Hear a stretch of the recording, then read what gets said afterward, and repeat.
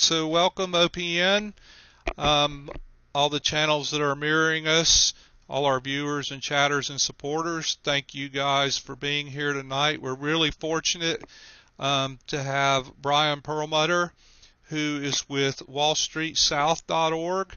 And WallStreetSouth.org is the coalition organizing entity out of Charlotte for the DNC. We're really fortunate to have Bryan here because, as you can imagine, they are extremely busy. So we're going to have a very substantive and informative program tonight. We'll do the questions just like we normally do, and we'll roll them in. I want to thank Zena for facilitating tonight, and please let everybody know that we're on live and good to go. So welcome, Bryan. Thank you for being here. Thank you for having me. We're excited, to share some information with everyone, and looking forward to bringing some people down to Charlotte. Excellent.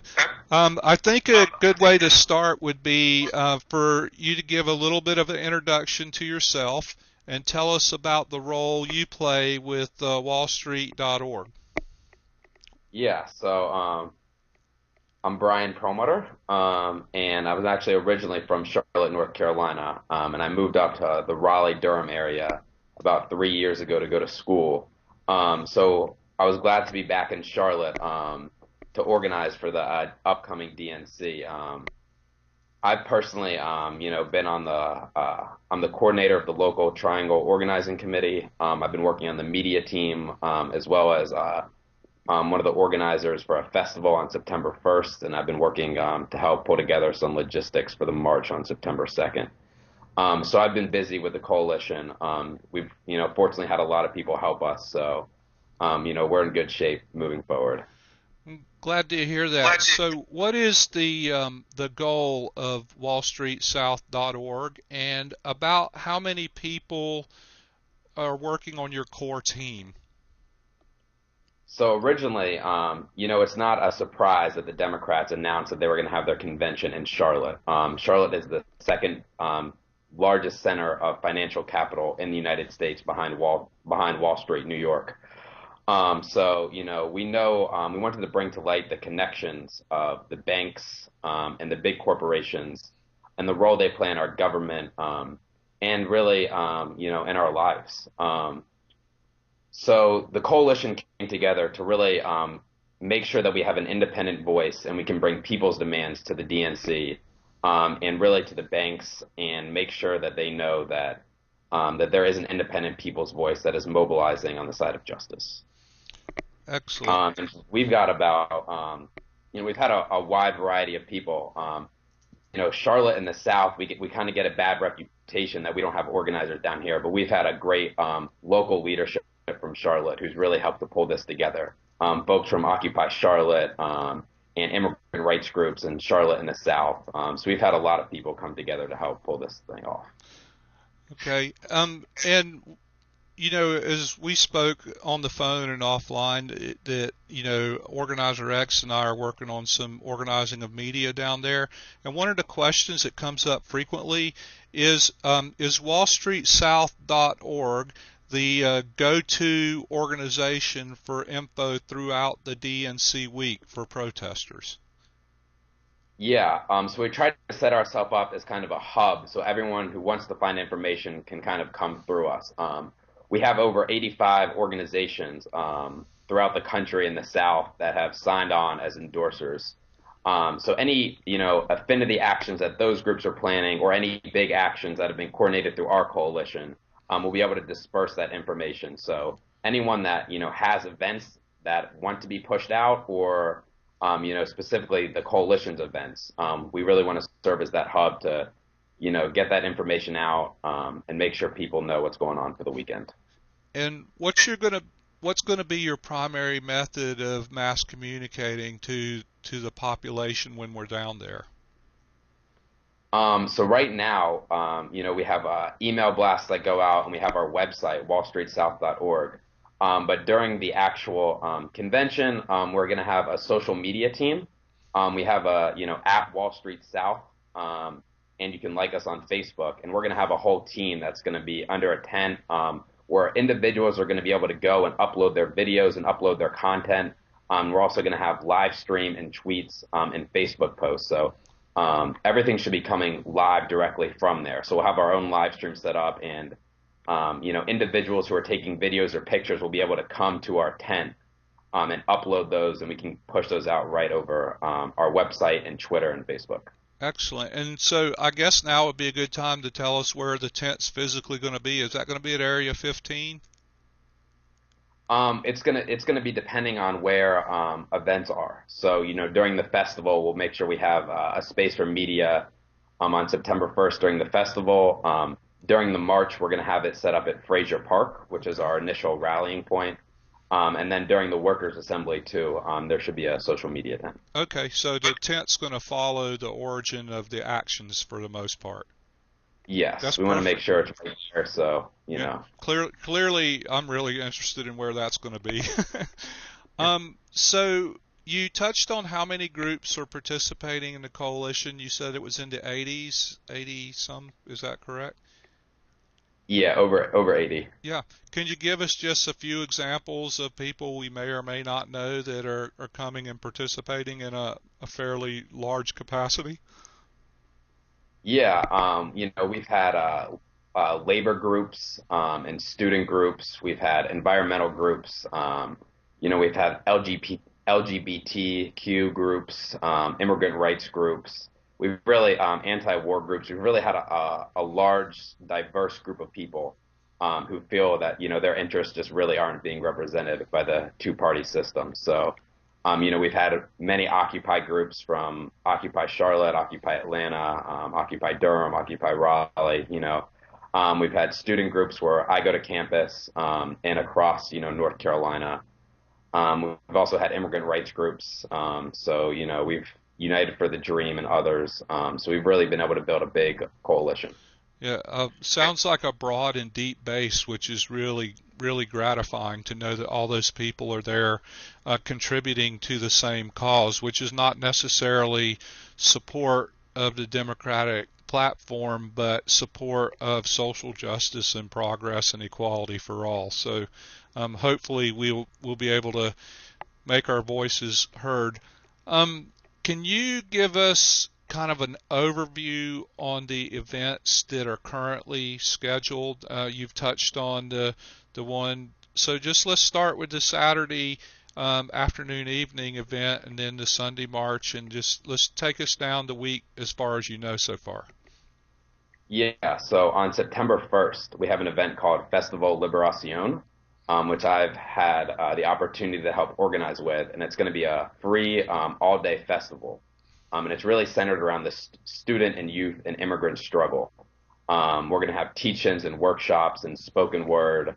We're also going to have performances from artists as we get closer into the evening time from Jaziri X and Rebel Diaz, to name two of our bigger artists. So that should be a really, great event to get people excited to kick off the festivities. And that should wrap up probably, around 10 or 11 at night. And then the following day, that event is at Area 15, which is at 15th Street in North Davidson. And it's actually in a great area, kind of downtown. And then the following day, Sunday, September 2nd, we're going to have the March on Wall Street South. And we're going to start around 9 o'clock at Frazier Park. And we're going to have the opportunity to march by, Bank of America's world headquarters, Wells Fargo's Eastern headquarters, Bank of America Stadium, Duke Energy, to just name a few of the corporations that are down in Charlotte, kind of earning it the reputation of Wall Street South.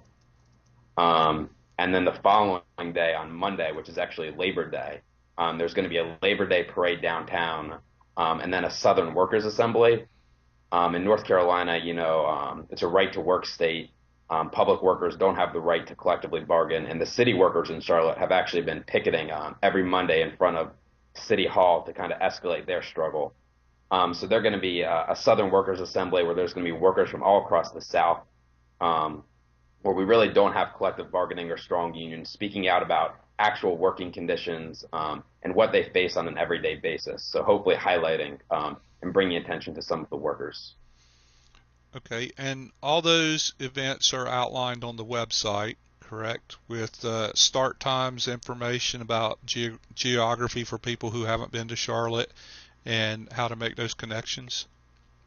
Yeah, absolutely. If you go to our website, wallstreetsouth.org, and click on the calendar of events, we're working on making sure that all the events are up there. And even as events develop throughout the week, Mm-hmm. Tuesday through Thursday, we'll make sure to put more events up there.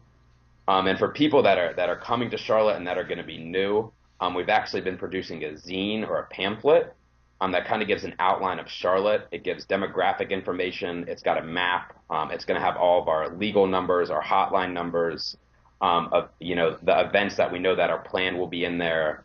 So it's going to have a people's history of North Carolina, and really give out some information about know your rights and anywhere you'll be able to find information. It'll have contact information. So that document will be we're hoping to get around 10,000 of them printed. Mm-hmm. So hopefully everyone that's coming to Charlotte, and they'll be on the internet, will be able to have a copy of this that will really lay out the city and what people need to know. And you did say it's going to be online also, so we can download it and print it ourselves? Yeah, I know we're working on getting them printed and actually finalizing it right now. Right. But yeah, I'm sure it'll be online. Okay, because that'll be an excellent resource, and I particularly love the zine idea. But anything that we can do to help distribute it online so people can have it in hand and bring it with them, we'll be glad to do.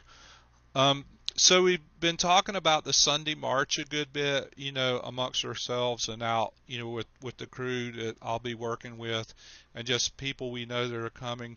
What kind of turnout are you anticipating for that march? We're anticipating thousands of people. We've had people, from all across the country who've told us that they're bringing buses.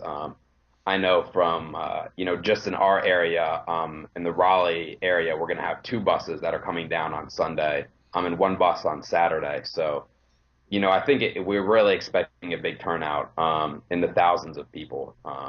And if for people who are wanting to get down, we have a transportation section on our website, under the March information tab, and that actually has all the different states and cities that are organizing transportation to come down. So we're really expecting a big turnout. Okay, and look, I'm really excited about it, and I'm just got my fingers crossed for a good stretch of weather in there, so we have a good day and a good turnout. Um, One of the questions that comes up a lot are about the affinity groups. And so we can look on the website and see the coalition members. But as far as actions that they may be scheduling, those may or may not be coordinated through wallstreetsouth.org, correct? That is correct.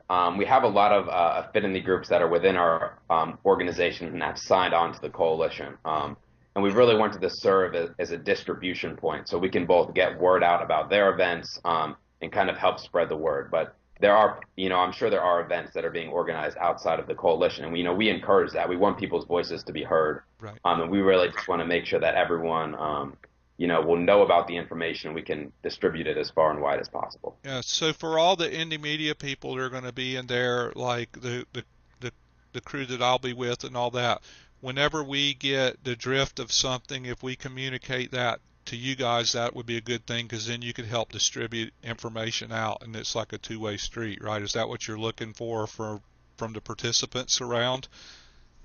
Yeah, we just want to make sure, we have active dialogue going on social media, and through live stream and through independent media. We just want to help get the word out about the mobilization and what people are fighting for, the best way we can do that possible. So we'll have, a whole social media team that'll be getting the word out, live as things are happening. So we hope to communicate that information and give those videos to independent media sites, and hopefully when people take videos on their phones, they'll be able to upload them, and we'll really be able to get the information out.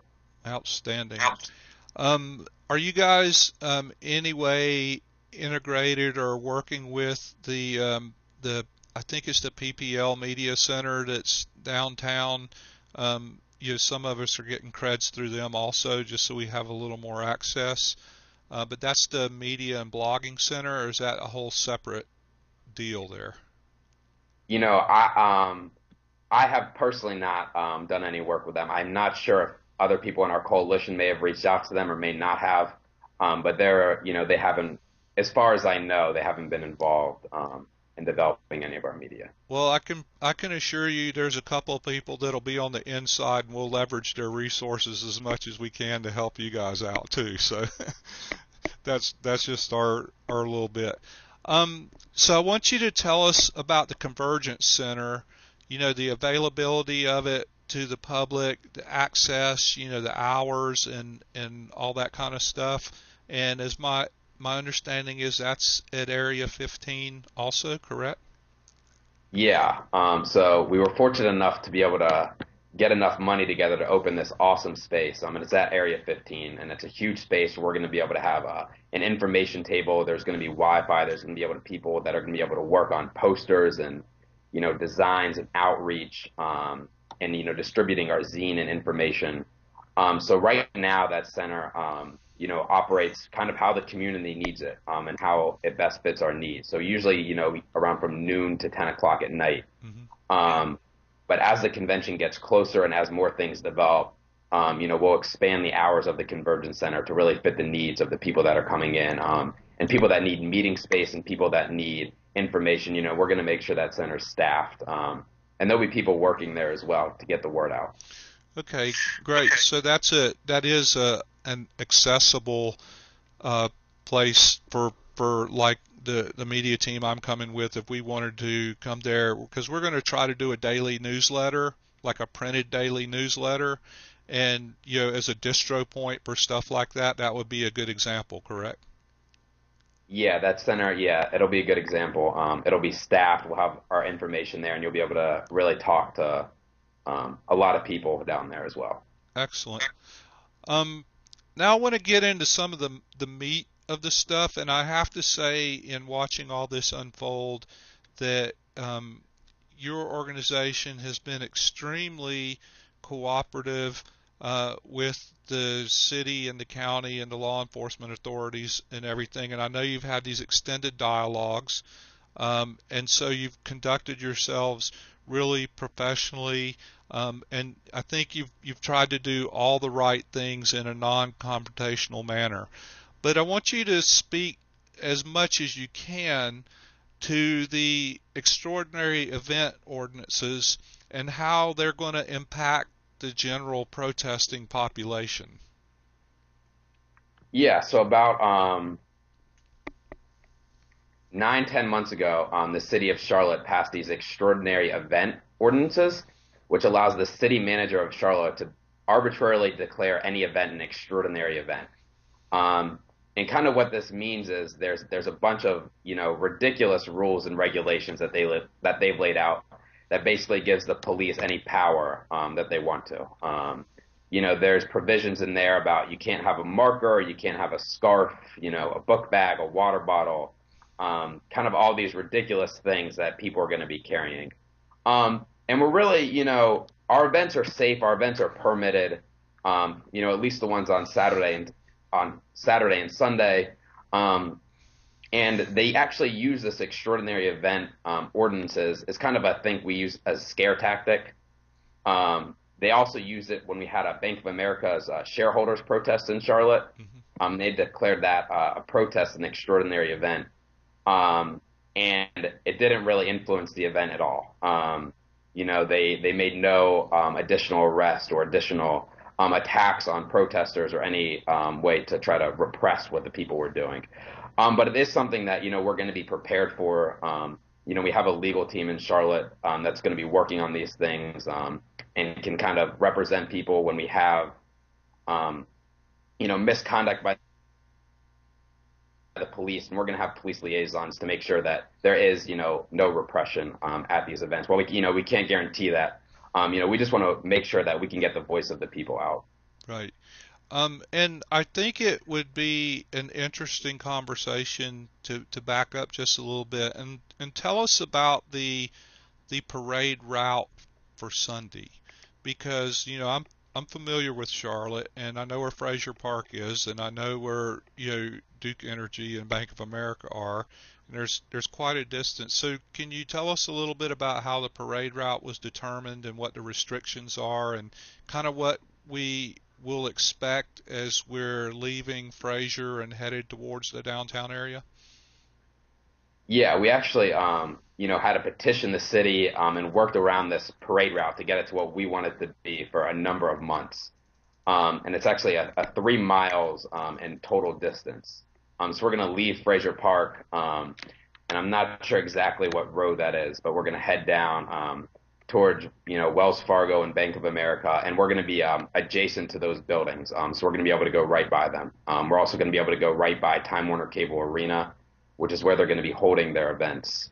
And actually, during the route itself, we're going to make stops in front of Bank of America, to do a tribunal on Bank of America and the banking system. We're going to have people testifying about, the bank's roles in their lives, and kind of the impact that they've played, in corrupting our system. And then we're going to finish by going by Bank of America Stadium, where President Obama's, speech will be to close out the DNC, and then head back to Frazier Park. Okay, and there is going to be an opening rally at Frazier Park in the morning. Is there going to be a concluding rally at the end of the march? Yeah, there'll be a concluding rally. Rebel Diaz will actually also play at our, closing rally. He's also going to play at our festival. So, Okay, and we great. think we wrap up around 6 p.m. Right.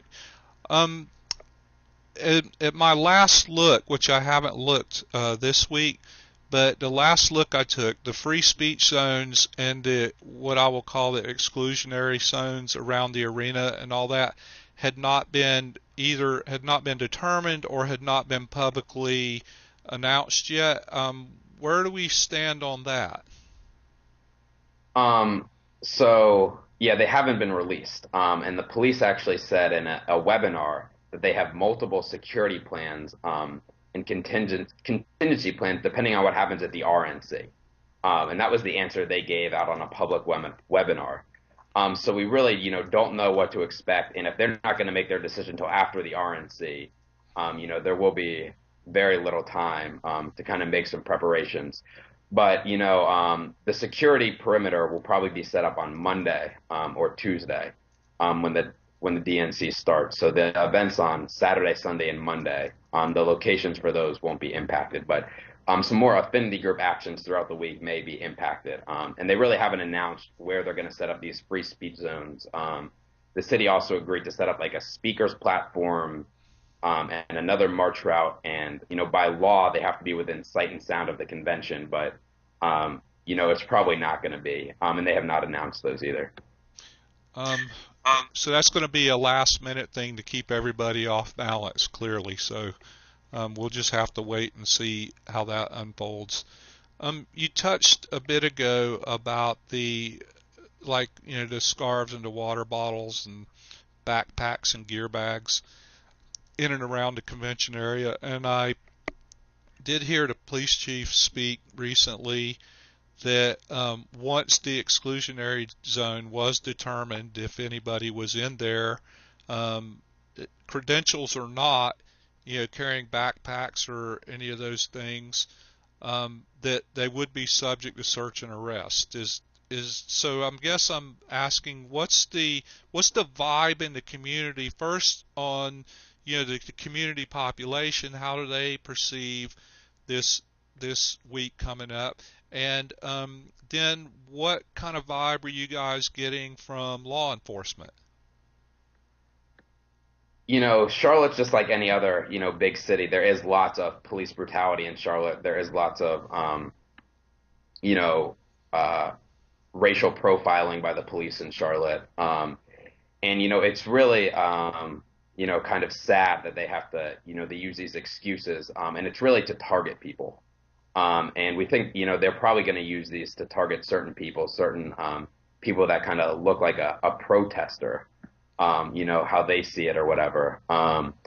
but the vibe of the community is kind of there's always a police presence in Charlotte, and people don't want this. They don't want their communities on lockdown for a full week. The community college in Charlotte has had to cancel classes for the week. An elementary school is three actually schools, including an elementary school, are going to have to close their doors during that time. And the community just doesn't want this. This is supposed to be a democratic process, and we're closing schools and roads and really locking down the city. Um, so people, the general public, the vibe we've gotten, is they're not too happy about all of these measures that are going into place.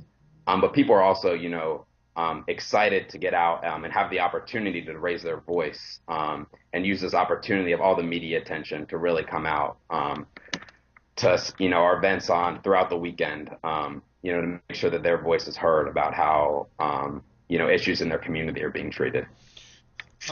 Were you able to attend, I think, the public forum a couple of weeks ago um, downtown in the evening that WFAE put on, where they had the panel speaking, and it was a community, ostensibly a community discussion? Were you able to be at that? Personally, I was not able to be there, but there were people from our coalition that were there. Because I had an observation about that. There were three people on the panel plus the moderator. One was the city attorney. There were essentially all spokespeople for the city, and not a lot of opposing viewpoints. And that so they weren't able to be effectively challenged. And I was wondering, um, there seemed to be a fair amount of fear mongering. And at that particular event, they even used Timothy McVeigh's name several times when somebody from the public said, "Well, this is a little bit overkill," and they rolled out the Timothy McVeigh terrorism scenario. So, have you seen in the community a more than normal and unreasonable amount of fear mongering by the law enforcement authorities just to kind of build this environment of fear? Um, you know, we have seen an increase, especially in recent weeks. A lot of the papers in Charlotte have put out articles about, the history of conventions and, violence and all of this stuff. And it's really to just scare people away. They want to keep people at home and out of this and out of this process. And really we've countered that. We've put out our own statements. And we've gone into communities and talked to people. We've had groups that have been doing canvassing in the Charlotte communities for a few weeks now. So we're really trying to get out and talk to people about what the city's doing, about what's going to be happening during this week, to make sure that everyone is kind of aware of what's going to be happening. Yep. So you have gone door to door and face to face with outreach, and has that been fairly well received by the people you're talking to? Yeah, it's been well received. People want to have these conversations, and people honestly just don't know what's going on. The city information has contradicted itself. It's been confusing. And there's lots of new, fear, and they put out these new ordinances and the articles in the papers and on, the stories they run on the TV. So people just really want, actual information. And when they talk to us and, they talk to people that are trying to raise the demands of the people. They're really receptive, and they've been wanting, they've shown interest in coming to our events, and we expect to see a lot of them. Well, that's a really admirable outreach effort, and it really heartens me to hear that, because that's one of the things we talk about a lot. And we think that average reasonable people who can think for themselves, if they get good information, especially if it's done face to face, they respond positively for that. And I think it'll be helpful in this situation, because I'm hoping it's really a productive and positive week as far as messaging and making an impact on shining the light on some of these issues. Um, you spoke earlier about the zine, and my next question was, specific contact information and things like that, and that's going to be contained into zine, like legal contacts, city government numbers, support groups like Occupy Medics or whatever, and where. So that's the sort of thing the zine is going to speak to. Yeah, it's going to have a full section, with legal numbers, medic numbers, all the information you just said. Okay. We want to make sure that people, can be safe, and have the resources to do so. So the zine kind of provides, a map of the information going on, and yeah, provides those numbers so everyone can be safe. Um, and that's a outstanding effort. I think the fact that you're willing to make and distribute a hard copy zine sets a tone of generosity and another information platform that is widely inclusive, because some of us forget that we think everybody's into ether, but we forget there's a large amount of the population that is not. So this is a good way to include everybody. um, what specific advice might you offer to protesters that are coming to Charlotte? Um, to come with your voice, and make sure you can come out, and just be here.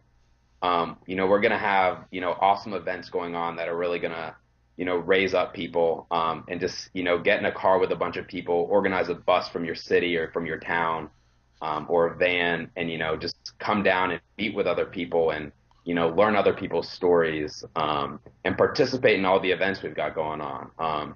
We have events centered in youth and student and immigrant rights. We've got our big march, which has a ton of different contingents, and we've got an event specifically focused on workers' rights in the South. Mm-hmm. So I think it's going to be a really good opportunity for people to really network with each other, and for people specifically in the South, who've struggled organizing because of all the anti-union laws, and kind of the way things are set up down here. But it's really given us an opportunity to come together, and really build our capacity and work with different people so we can leave a legacy in Charlotte, and really make sure that there's groundwork there, for future activism.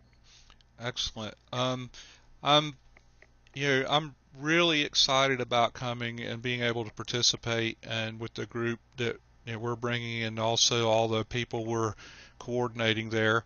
Um, so it's going to be a great exercise in freedom of speech and freedom of assembly. If you have a few minutes, I want to toss a couple of questions that are coming at us.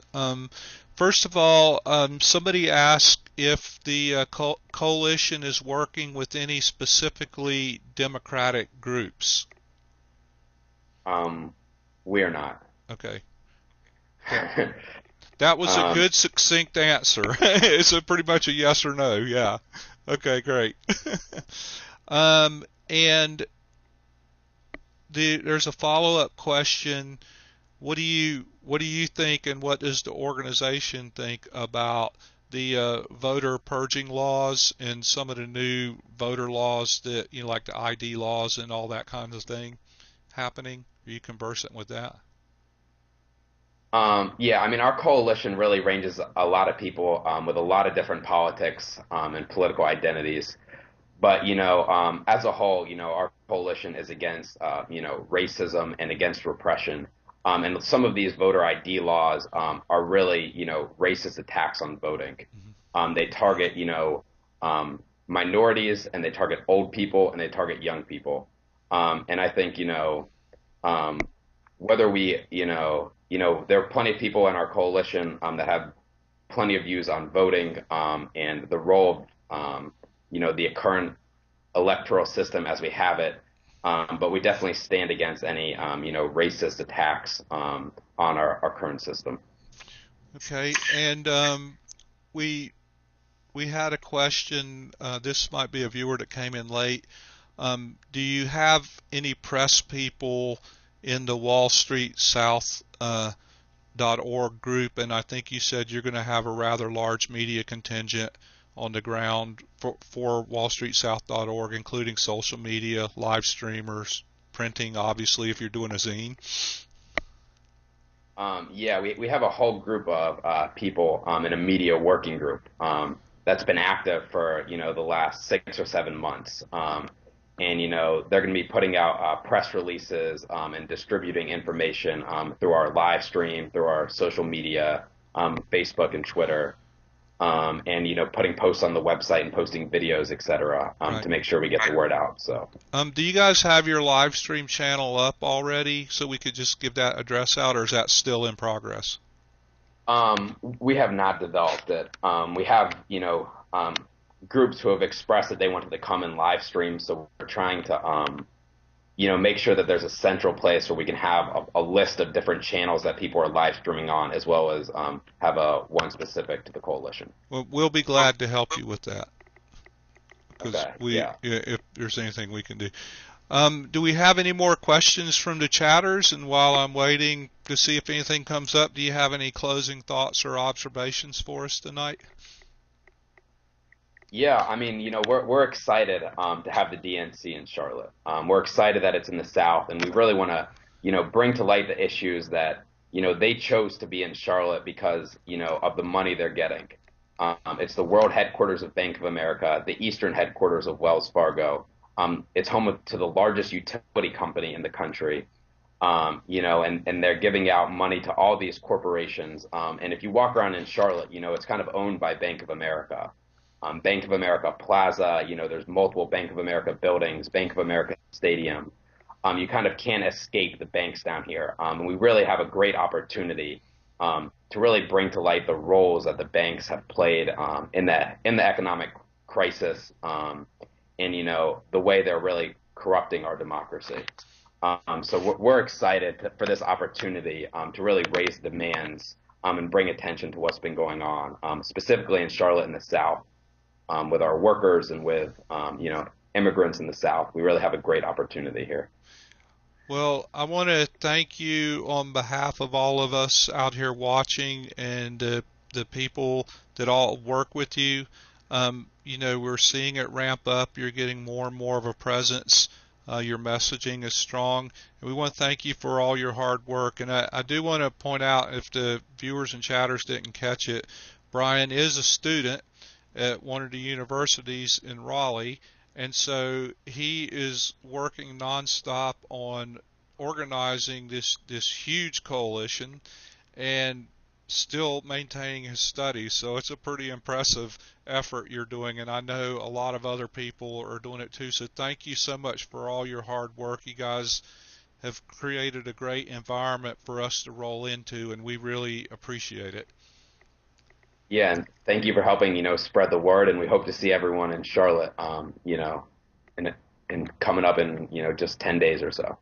Okay, the chat stream is asking me to express their thanks for your time and your effort, and so I'll pass that along, and I wish you a good night. Thank you so much for the evening. All right, thank you for having me.